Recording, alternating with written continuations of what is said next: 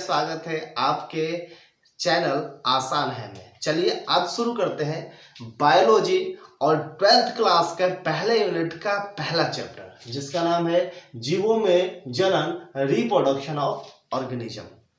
इस चैप्टर को शुरू करने से पहले मैं थोड़ा सा इस चैप्टर के इंट्रो के बारे में बता देता हूं कि हम लोग को पढ़ेंगे क्या इस चैप्टर में। तो देखिए, सबसे पहले हम पढ़ेंगे जनन क्या होता है, व्हाट इज द रिप्रोडक्शन, जनन क्या होता है ये देखेंगे हम।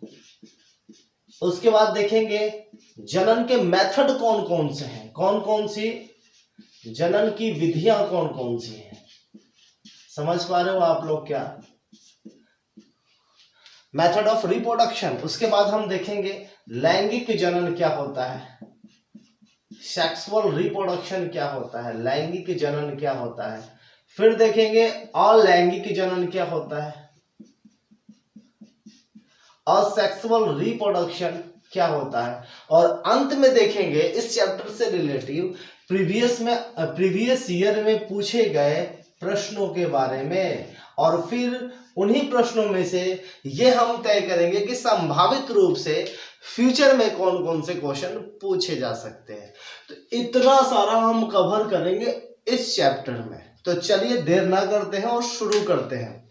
देखिए, सबसे पहले हम बात करते हैं जनन क्या होता है। जनन क्या होता है, आप सबको पता है कि हमारी पृथ्वी जो है दो चीजों से मिलकर बनी है, एक तो सजीव और दूसरा निर्जीव। सजीव और निर्जीव।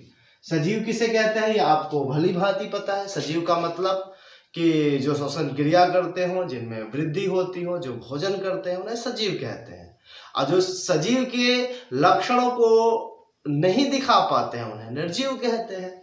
तो एक्चुअल में जनन क्या है, तो जनन जो है एक जैविक क्रिया है। क्या लिख सकते हैं हम यहाँ पे, सजीवों में होने वाली, हम लिख सकते हैं सजीवों में होने वाली, सजीवों में होने वाली एक जैविक क्रिया है, एक जैविक क्रिया है। आपसे क्वेश्चन पूछा जाएगा कि जनन क्या है, तो पहला पॉइंट लिखेंगे सजीवों में होने वाली एक जैविक क्रिया है। जैविक क्रिया का अर्थ क्या होता है, जैविक क्रिया का अर्थ होता है ऐसी क्रिया जो सजीवों में होती है, जैविक क्रिया कहलाती है।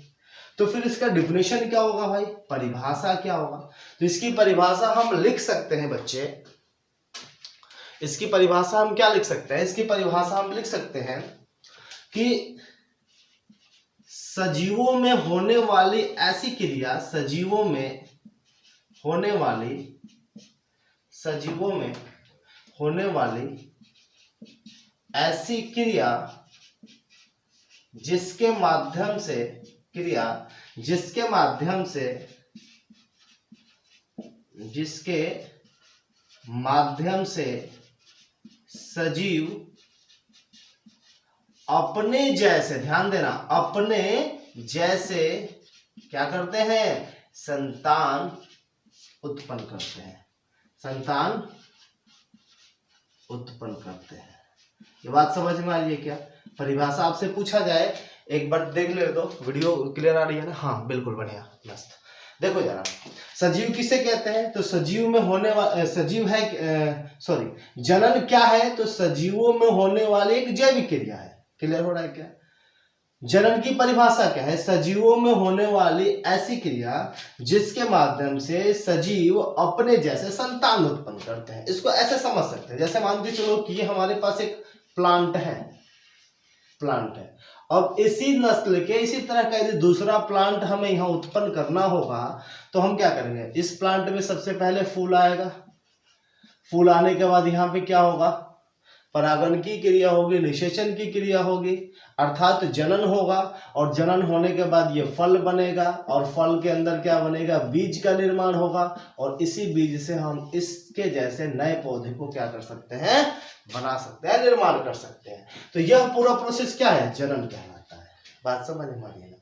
अब ये क्वेश्चन है पूछने समझने लायक कि इस पूरे अर्थ पे हम बात करें तो जनन जो होता है, जनन के क्या क्या उद्देश्य है, इसके लाभ क्या है, क्या उद्देश्य है। ये क्वेश्चन पूछा गया है प्रीवियस में कि निम्नलिखित में से जनन के 3 उद्देश्यों के बारे में वर्णन कीजिए। तो जनन का उद्देश्य क्या है, समझ लो जरा। जनन का पहला उद्देश्य तो यही है, इसको ऐसे समझ लो, पहले समझाता हूँ फिर मैं लिखता हूँ, या मैं लिख देता हूँ पहला तो ये जनन का पहला उद्देश्य हम ये लिख सकते हैं कि पृथ्वी पर जो है, पृथ्वी पर जीवन की निरंतरता, मोस्ट इंपॉर्टेंट, जीवन की निरंतरता, पृथ्वी पर जीवन की निरंतरता बनाए रखने में जनन का एक महत्वपूर्ण रोल है। निरंतरता का मतलब क्या है समझ लो। सपोज करो जो भी आज हमारे आसपास पेड़ पौधे या जानवर जंतु हम दिखाई दे रहे हैं, यदि इन पेड़ पौधे जानवर और हम लोग के माता पिता नहीं होते तो क्या हम लोग जन्म ले पाते? नहीं ले पाते ना। इसका मतलब क्या हुआ बच्चे कि जो भी आज अस्तित्व में है कहीं ना कहीं इसका कोई ना कोई आधार होगा जिसके माध्यम से हम यहाँ पर हैं।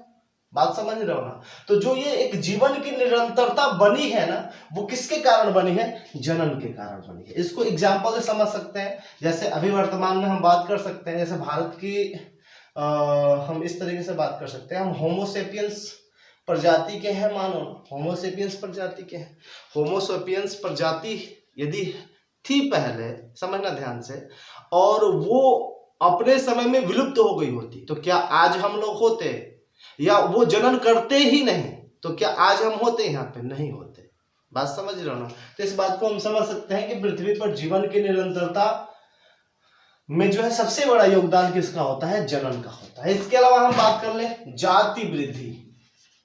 पृथ्वी पर जाति की वृद्धि में भी जनन का एक मुख्य उद्देश्य ये भी है। यहाँ हेडिंग लिख सकते हैं जनन का उद्देश्य, यहाँ लिख सकते हैं जनन का उद्देश्य, जनन का उद्देश्य। दूसरा पॉइंट क्या लिख सकते हैं? जाति की वृद्धि में भी जनन का एक महत्वपूर्ण योगदान होता है। ऐसे समझ लो, जैसे भारत में वर्तमान में 2011 की जनगणना के अनुसार 121 करोड़ जनसंख्या थी हमारी। आज हमारी जो है जनसंख्या वृद्धि कितनी हो गई है? वो हो गई है लगभग 140 करोड़ के लगभग। संख्या बढ़ रही है कि नहीं बढ़ रही है? जाति का मतलब यहाँ पे जनरल, ओबीसी, एससी, एसटी से नहीं है। जाति का मतलब हो गया, यहाँ पे आप लोगों ने कॉमन नाउन पढ़ा होगा इंग्लिश ग्रामर में। कॉमन नाउन, कॉमन नाउन में क्या बताया जाता है? जैसे कि मनुष्य हो गया, कुत्ता, बिल्ली, गाय, भैंस, बकरी, ये सभी के सभी अपने अपने जाति को रिप्रेजेंट करते हैं। ये जाति होती है। तो इन जातियों की वृद्धि में भी जनन का एक महत्वपूर्ण योगदान होता है। जैसे मनुष्य क्या है? एक जाति है ना। और भारत के सापेक्ष में हम बात करें तो 2011 में इसकी संख्या कितनी थी? 121 करोड़। और 2022 में लगभग 140 करोड़। तो यहाँ पे संख्या बढ़ रही है, जातियों की संख्या बढ़ रही है कि नहीं बढ़ रही है? ये चीज हम कह सकते हैं। बात समझ में आ रही है ना। इसके अलावा हम बात कर रहे हैं जातियों में वृद्धि हो रही है कि नहीं हो रही है। तो ये इसका दूसरा उद्देश्य हो गया। तीसरा उद्देश्य हम लिख सकते हैं जाति की निरंतरता। जाति की निरंतरता, बात समझ रहे हो क्या? जाति की निरंतरता भाई सीधी सी बात है। जाति की निरंतरता का मतलब मनुष्य है भाई, मनुष्य के कोई ना कोई पूर्वज होगा, इसका कोई ना कोई पूर्वज होगा, फिर यहाँ से कोई ना कोई पूर्वज होगा। तो ये जो पूर्वजों से आज हम यहाँ पे दिखाई दे रहे हैं, हम इस तरीके से समझ सकते हैं। यदि हम इस बच्चे को ले लें वर्तमान में, तो इसके कोई ना कोई पापा होंगे, और इसके पापा के पापा इसके क्या होंगे? दादा होंगे, और इसके पापा के पापा दादा, दादा के पापा परदादा।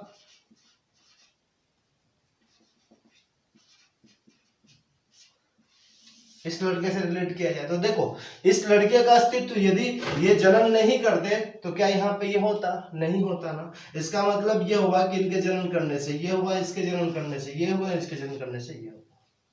तो ये क्या है? जाति की निरंतरता बनी रही है। मनुष्य है, ये मनुष्य अपने जैसे मनुष्य को बनाए रख रहे हैं। ये बात समझ में आ रही है क्या आप लोगों को? तो ये क्या हो गया? हमारे जनन का उद्देश्य हो गया। उम्मीद है समझ में आ रहा होगा आपको। क्लियर हो रहा है क्या पॉइंट? चलो अच्छा लगे तो नोट्स बनाते रहना भाई। और एक चीज मैं आपको बता दूं कि आपको मैं जो है बिल्कुल पूरा सिलेबस कंप्लीट कराऊंगा YouTube पर। यदि आप हमसे जुड़ना चाहते हैं ऑफलाइन तो आप चौरा बैंक के पास आकर संकल्प एकेडमी है, वहां आप मिल सकते हैं, या डिस्क्रिप्शन में कॉन्टैक्ट नंबर होगा, आप वहां से कॉल कर सकते हैं। ठीक है, इसकी पीडीएफ भी आपको मिल जाएगी, लिंक डिस्क्रिप्शन में दिया गया होगा, वहां से आप पीडीएफ डाउनलोड कर सकते हैं। तो दो चीज हमने सीखा यहाँ से कि जनन क्या होता है, जनन का उद्देश्य क्या होता है। अब एक पॉइंट और समझ लेते हैं, काफी इंपॉर्टेंट है यहाँ पे, कि जनन जो होता है, जनन कितने प्रकार के होते हैं, जनन कितने प्रकार के होते हैं। जैसे यहाँ पे टॉपिक अभी मैं छोड़ दे रहा हूं, ये यहाँ लिखा गया है जनन की विधियां। तो बच्चों समझना, जनन दो प्रकार के होते हैं, यहाँ पे लिखा भी गया है, एक तो होता है लैंगिक जनन और एक होता है अलैंगिक जनन। तो देखो, लैंगिक जनन हो या अलैंगिक जनन हो, लैंगिक हो या अलैंगिक हो, दोनों में जो है कुछ बातें ऐसी होती हैं जो कॉमन होती हैं। लैंगिक जनन हो या अलैंगिक जनन हो, दोनों जनन में कुछ बातें ऐसी होती हैं जो कॉमन होती हैं। और यहां से क्वेश्चन पूछा गया है, क्वेश्चन क्या पूछा गया है, क्वेश्चन ये पूछा गया है कि जनन की मूल समानताएं क्या है, जनन की मूल समानताएं, मूल समानताएं क्या है, इसके बारे में हम देखते हैं। जनन की मूल समानताएं क्या है। समानताएं का मतलब ये हुआ कि वो लैंगिक जनन हो या अलैंगिक जनन, दोनों में सेम प्रोसेस होता है। तो पहला देखो, जरा समझ लो, लैंगिक जनन हो या अलैंगिक जनन, डीएनए का स्थानांतरण 100% होगा। डीएनए का स्थानांतरण, पहले समझ लेते हैं कि डीएनए का स्थानांतरण से क्या तात्पर्य है। देखो जरा समझ लो, मान के चलो कि ये हमारे पास एक गुलाब का पौधा है, गुलाब का पौधा है। अब इस गुलाब के पौधे के टहनी को हमने काट कर और यहाँ पे मिट्टी में लगा दिया, और यहाँ पे भी जो गुलाब निकलेगा वो मान लेते हैं ये भी लाल था और ये भी लाल था, समझने का ध्यान से। अब यहाँ पे जो है इसके टहनी लगाया गया है, इसका मतलब ये हुआ कि यहाँ पे अलैंगिक जनन हुआ है। अच्छा सर, एक बात समझ लो, लैंगिक जनन में क्या होता है, मेल और फीमेल दोनों की जरूरत पड़ती है, जबकि अलैंगिक जनन में ऐसा कुछ नहीं होता है। अलैंगिक जनन में जो होता है, इसके बारे में हम बहुत ही अच्छे तरीके से आगे पढ़ेंगे, ये तो बस इस टॉपिक को समझाने के लिए इन दोनों को थोड़ा थोड़ा सा मैं बता दे रहा हूँ। अलैंगिक जनन जो होता है वो पत्तियों के द्वारा होता है, जड़ों के द्वारा होता है, तनों के द्वारा होता है। ये बात समझ पा रही है ना। तो यहाँ पे हमने क्या क्या, टहनी काट कर यहाँ पे लगा दिया, इसके लाल रंग भी है, इसके भी लाल रंग है, बात समझ रहे हो। यहाँ पे एक मनुष्य है और एक दंपति हम मान लेते हैं, और इनके द्वारा जो एक संतान पैदा हुआ, ये भी मान के चलो कि ये भी गोरे थे, ये भी गोरा था, और ये भी क्या निकला, गोरा ही निकला। तो देखो इन दोनों के लक्षण इसमें पाए, देखो ये लाल ये भी लाल, इसके लक्षण यहाँ, ये गोरा ये भी गोरा ये भी गोरा, इनके लक्षण यहाँ। ये किसके कारण हो रहा है, ये हो रहा है इनके डीएनए के कारण हो रहा है। किसके कारण हो रहा है, डीएनए के कारण हो रहा है। अरे भाई, आप लोगों ने देखा नहीं है कि जैसे हमारे आसपास कोई बच्चा जन्म लेता है तो हम क्या कहते हैं कि अपना मम्मी पगल बा, दादा पगल बा, इस तरह की बातें नहीं करते हैं। तो वो किसके कारण है, वो डीएनए के कारण दिखाई देता है, समझ रहे हो ना। तो यहाँ लैंगिक जनन हो या अलैंगिक जनन, डीएनए का स्थानांतरण होता है दोनों कंडीशनों में। दूसरी बात हम लिख सकते हैं, कोशिका विभाजन होता है। भाई ये तो नॉर्मल सी बात है, कोशिका का विभाजन होता है। इसका मतलब समझ रहे हो, कोशिका डिवीजन, सेल्स डिवीजन क्या होता है, समझो। अब ऐसा तो है नहीं कि ये जो प्लांट है या ये जो बच्चा है बिल्कुल 5 फीट का, या जैसे इसके माता पिता है उतने ही लंबे चौड़े ये पैदा हुए होंगे, नहीं ना। सबसे पहले ये छोटे हुए होंगे ना। अभी जब छोटे हुए होंगे तो इनके अंदर कोशिकाओं का क्या होगा, एक कोशिका होगी, उसी कोशिका का विभाजन होकर ये इतने बड़े बन गए। इसका मतलब ये हुआ कि वो लैंगिक जनन के द्वारा हो या अलैंगिक के जनन के द्वारा, कोई फर्क नहीं पड़ता है। बात समझ रहे हो ना, कोशिका का विभाजन होगा ही होगा, जब भी तो वृद्धि हो पाएगी ना इनमें। क्लियर हो रहा है क्या पॉइंट। तो दोनों में समानता एक है, ये है। तीसरा पॉइंट हम क्या लिख सकते हैं, कोशिका में वृद्धि, सीधी सी बात है, कोशिका में वृद्धि,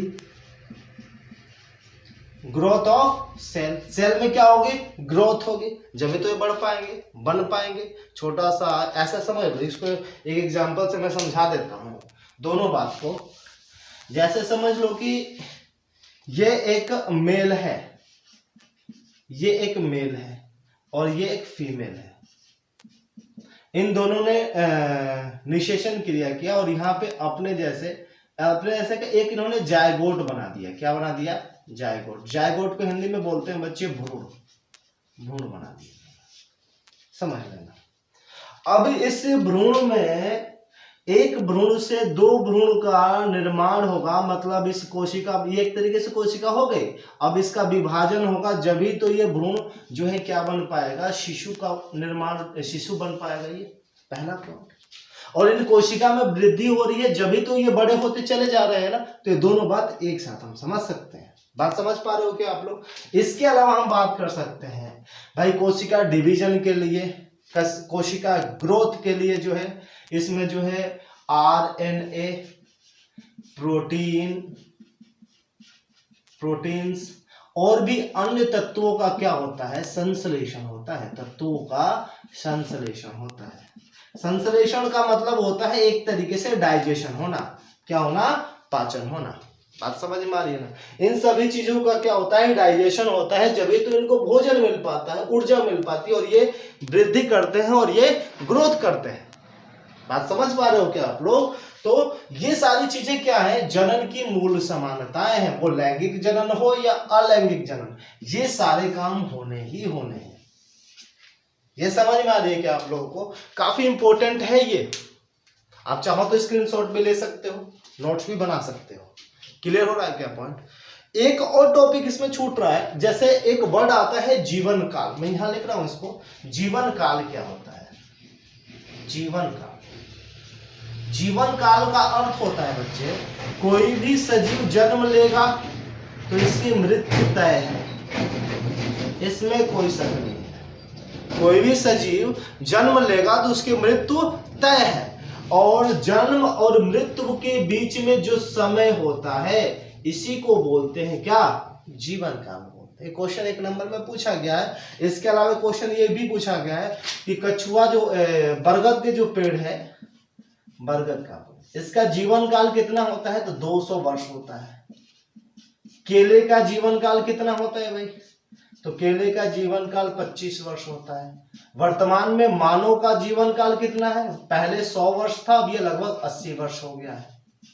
बात समझ रहे हो क्या आप लोग? इसके अलावा हम बात कर लेते हैं मगरमच्छ, इसका जीवन काल कितना है, तो लगभग 60 वर्ष है।